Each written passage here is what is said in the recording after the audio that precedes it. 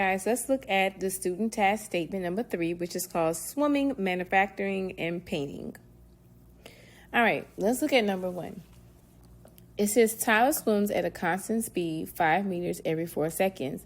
How long does it take him to swim 144 meters? All right, so when looking at this table, is there a rule that could help us find the constant of proportionality?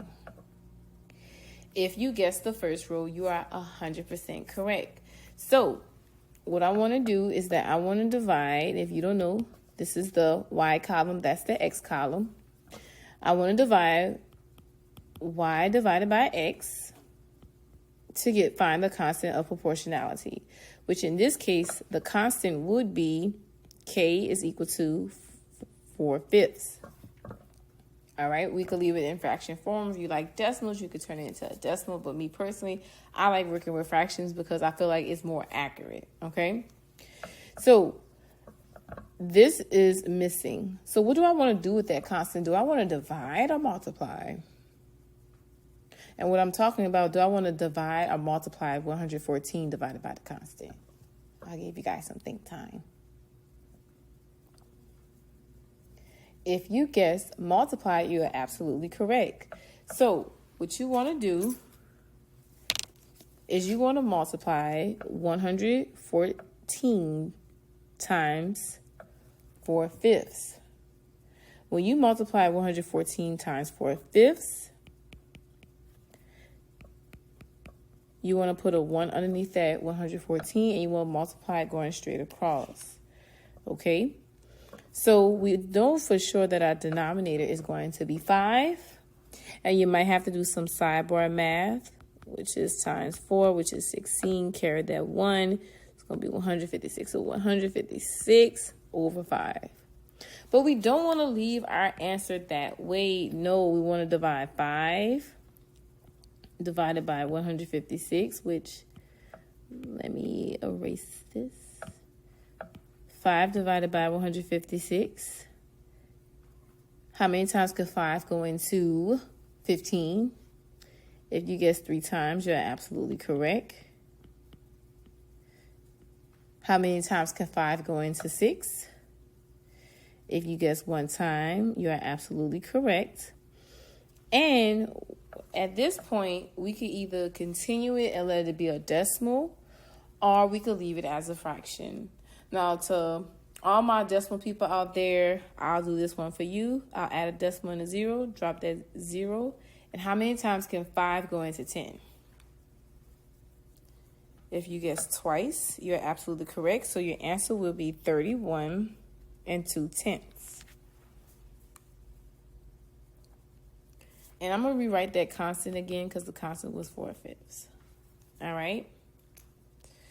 So for the next one, number 2, it says a factory produces 3 bottles of sparkling water for every 8 bottles of plain water. How many bottles of sparkling water does the company produce when it produces 600 bottles of plain water? So when looking at this table, the table is completely empty. So I need to go to question 2 and see if there's anything I need to annotate or pull from that story, that math story, to input into the table. So what do you guys think I could pull away from this story? Okay, so if you said 3 bottles to 8 bottles, you are absolutely correct. So you have to make sure that when you look at this table, you input these values in the correct spot. All right, so it says 3 bottles of sparkling water, so I want to put 3 right here. And then it's saying 8 bottles of plain water. So 8 bottles of plain water would be on this side. Okay. So it says, how many bottles of sparkling water does the company produce when it produces 600 bottles of plain water? Where would that 600 go? If you guess right here, you are absolutely correct. Now, we need to still find this constant of proportionality in order to find this missing number. That would be right here. So we're going to do the same method we did in the first problem, which we're going to do y divided by x, which is 8 over 3. which the constant is equal to 8/3. Now, I want to either multiply 600 by the constant or divide. So you guys tell me, what do you think? Are we multiplying the constant or dividing the constant? If you guys guess dividing the constant, you are absolutely correct. So 600 divided by 8/3. Now, just like what we talked about in our warm-up in previous lessons, anytime you divide a number by a fraction or even a fraction divided by a fraction, you want to imply or apply the multiplicative inverse, which would be 600 times 3/8.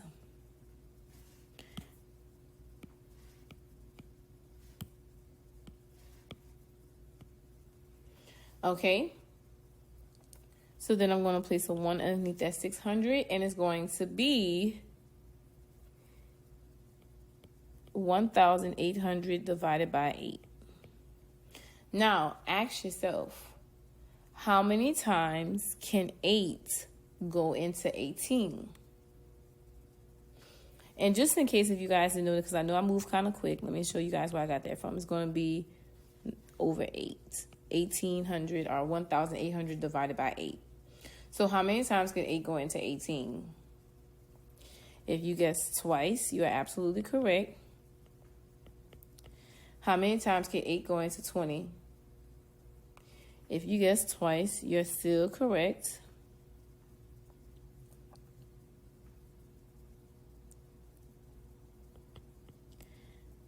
How many times can 8 go into 40? If you guess 5 times, you are absolutely correct. So it's going to be 225 bottles of sparkling water. Okay? So I almost forgot because I want to make sure I put, okay, it took him 31 and 2/10 seconds. Make sure you answer those questions because oftentimes, just like what I did, we do these math problems and we forget to even answer the questions. Like we have all the work done, but we need to still input our answers, okay? So for this one, it says how many bottles of sparkling water will be produced? 225 bottles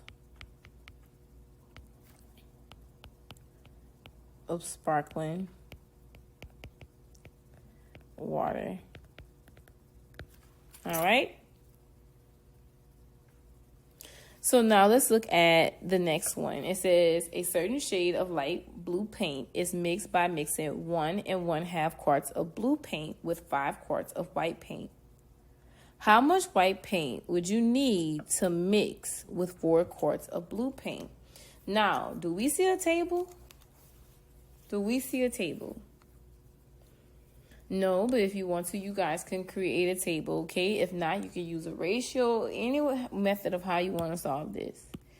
So what I'm going to do right now is I'm going to erase this math work from the previous problem. If you need it, make sure you rewind the video.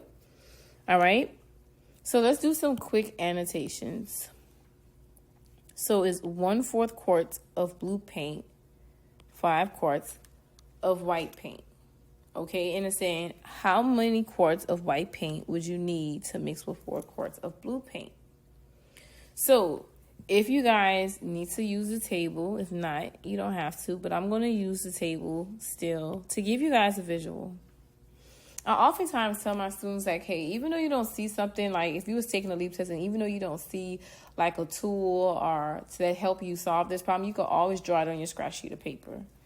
Okay, so we got blue paint, which was, let's do what came first, the blue paint. So we're going to do blue.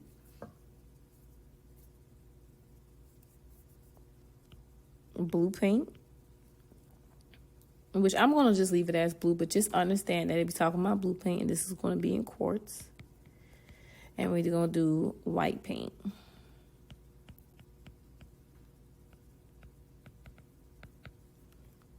Which, let me take that back because I didn't put pink for blue, so we're going to keep it the same. We're going to keep it consistent. And we're going to do quarts. Okay, so we're going to do 1 1/2 quarts of blue to 5 quarts of white. And then it's saying what will happen if we have 4 quarts of blue paint. So I see a mixed fraction. What do I always tell you guys? Anytime you see a mixed fraction, what do you want to change it into? An improper fraction. At this point, you guys should know, okay, 1 1/2 will equal 3/2. Why do I want to change it into an improper fraction? Because it makes it easier when it comes to doing any type of calculations with these fractions. So this is y, this is x, and I want to divide 5.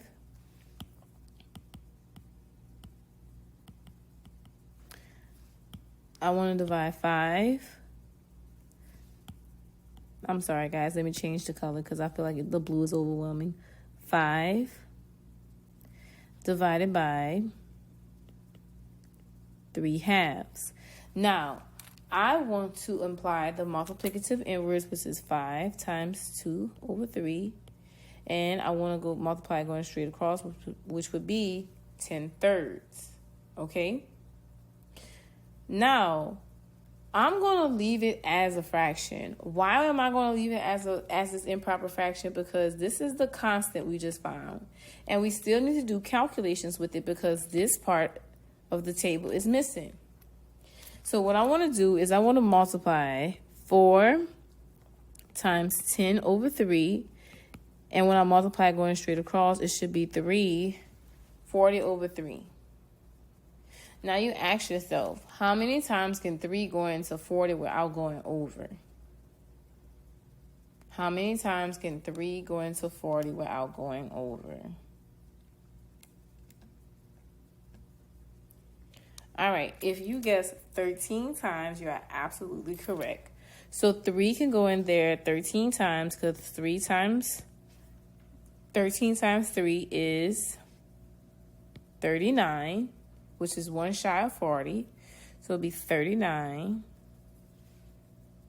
and 1/3 quarts of white paint. Okay? So what I want you guys to do, not want you guys to do, but I want you guys to pause the video and try to solve the next part by yourself, okay? It says for each of the previous 3 situations, write an equation to represent the proportional relationship. All right? So, I'm going to give you guys a second.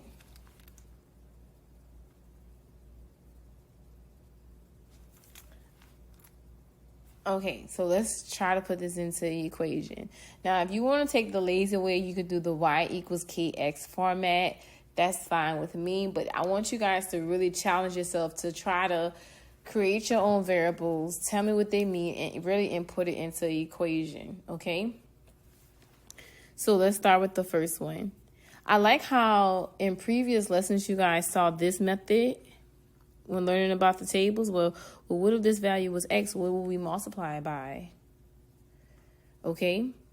Now, I'm going to take away that x and I'm going to put a d for distance. Or if you want to put an m for meters, that is totally fine. M for meters. So if this was m, what would we multiply m by? And we're going to let s stand for seconds. We will multiply m times 4/5 to equal the value of s. So that actually, it gives me my equation. So it gives me s is equal to 4/5 m. Okay? Now, with this table, we could use the same thing. Okay, we could use an S for sparkling water, and we could use P for the plain water, okay?